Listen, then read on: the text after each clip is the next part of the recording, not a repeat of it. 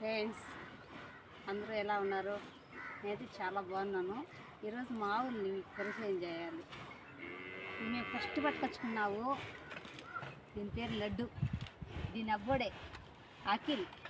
ఇంకోటి పరిచయం చేస్తూ ఉండండి ఫ్రెండ్స్. ఇది మా స్వీటీ. ఫ్రెండ్స్ దీని పేరు లక్ష్మి. అయినా నేను ముద్దుగా దీన్ని లక్కీ అంటాను. దీనికి తడిగుడ్డు కట్టినాం కదా, దీనికి మళ్ళీ ఇంకో వీడియో చెప్తా ఏంటి కట్టినా అని. ఫ్రెండ్స్ ఇది మా హనీ చూడండి.